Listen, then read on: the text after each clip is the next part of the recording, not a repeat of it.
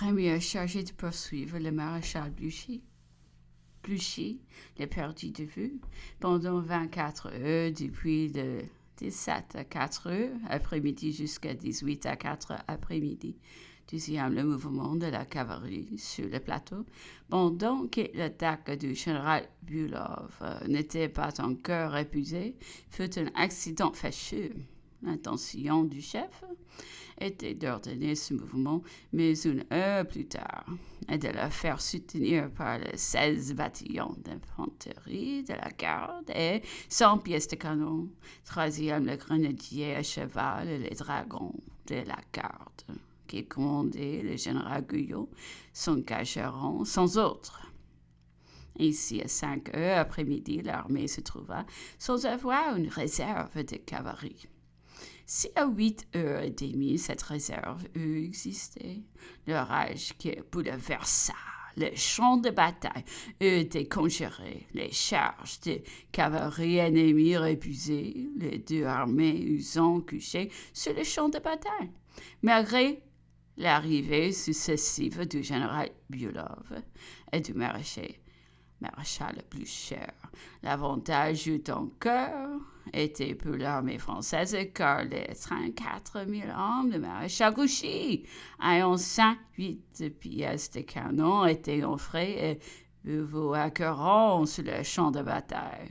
Les deux armées ennemies se fusant dans la nuit, couvertes par la forêt des soignes.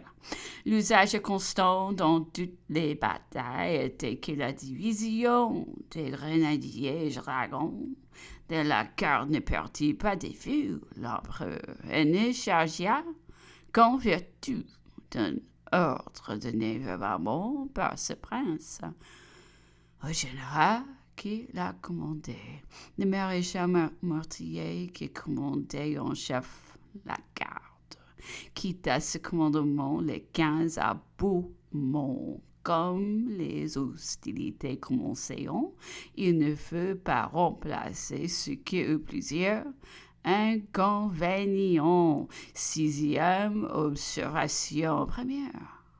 L'armée française manœuvra sur la droite de la Sambre les 13 et les 14. Elle campa la nuit du 14 au 15 à un demi-lieu des avant-postes prussiens. Cependant, les maréchal Blücher n'eut connaissance de rien. Et lorsque le 15, dans la matinée, il prit à son quartier général de Namur, et l'empereur entrait à Charleroi. L'armée prusso-saxonne était encore cantonnée sur une étendue de pays de 30 lieues. Il lui faillit 2 jours pour se réunir. Il dut, dès le 15 mai, porter son quartier général à Fleurus, concentrer les cantonnements de son armée dans un rayon de 8 lieues, tenant des avant-gardes sur le débouché de la Meuse et de la Sambre. Son armée eût pu alors être réunie à Ligny le 15 midi et attendre l'attaque de l'armée française, ou dans la soirée du 15 marcher contre elle, puis les jeter dans la Sambre. Deuxièmement, cependant, quoique surprise, le maréchal Blücher persista dans le projet de réunir son armée sur les hauteurs de Ligny, derrière Fleurus, bravant la chance d'y être attaqué avant que son armée n'y fût arrivée le 16 au matin. Il n'avait encore réuni que 2 corps d'armée. Et déjà l'armée française était à Fleurus. Le 3e corps rejoignit dans la journée. Mais le 4e qui commandait, le général Bulov, ne peut arriver à la bataille. Le maréchal Blücher eut dû, aussitôt qu'il sut les Français à Charleroi, c'est-à-dire dans la soirée de 15, donner peu point de rassemblement à son armée. Non Fleurus, non Ligny, qui se trouvaient déjà sous le canon de son ennemi, mais au Havre, où les Français ne pouvaient arriver que le 17. Il eut de plus toute la journée de 16 à la nuit du 16 à 17. put opérer le rassemblement total de son armée. Troisième, après avoir perdu la bataille de Ligny, le général Foussillon, au lieu de faire sa retraite sur Havre, eut dû l'opérer sur l'armée des ducs de Wellington, soit sur les 4 bras, puisque celui-ci s'y était maintenu, soit sur Waterloo, toute la retraite du maréchal Blucher, dont la matinée de 17 fut à contresens, puisque les 12 marins, qui n'étaient qu'à 3003 l'un de l'autre pendant la soirée de 17, ayant peu communication, une belle chaussée. Ce qu'ils pouvaient faire considérer comme réunis se trouveront le soir. Le 17 éloigné de plus de 1003 séparés par des défilés de chemins impraticables.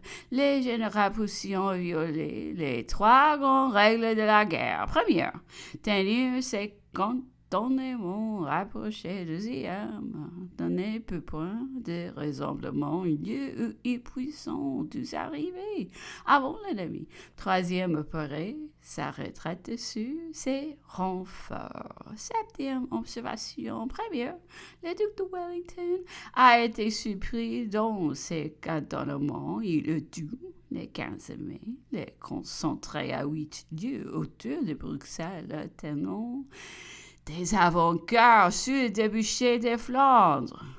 L'armée française manœuvrait depuis 3 jours à portée de ses avant-postes. Elle avait depuis 24 heures commencé les hostilités.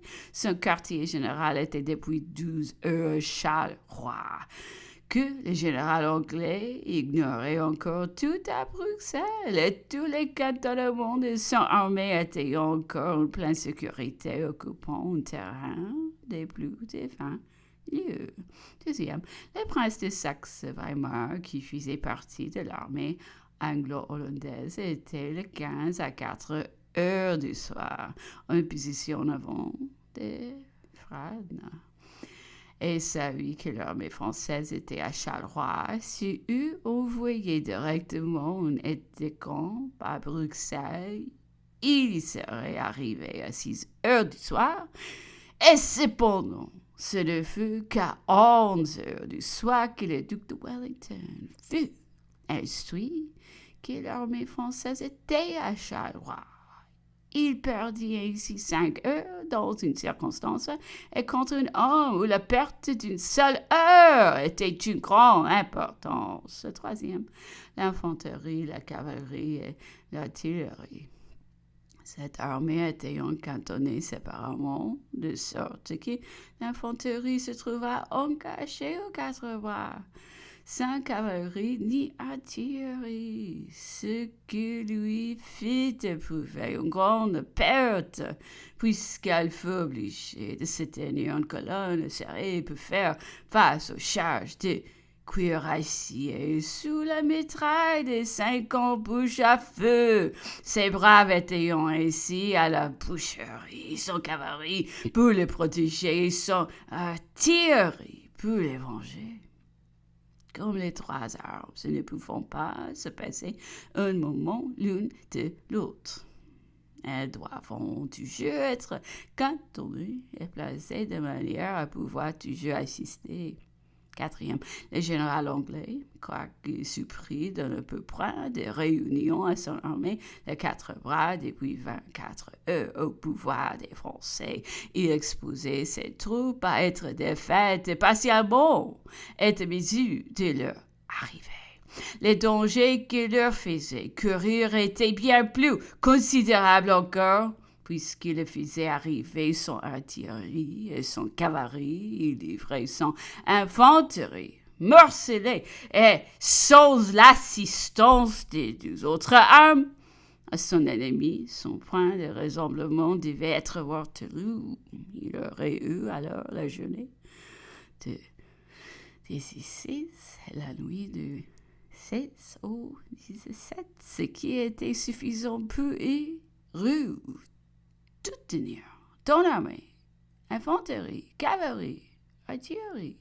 Les Français ne pouvaient y arriver que les 17.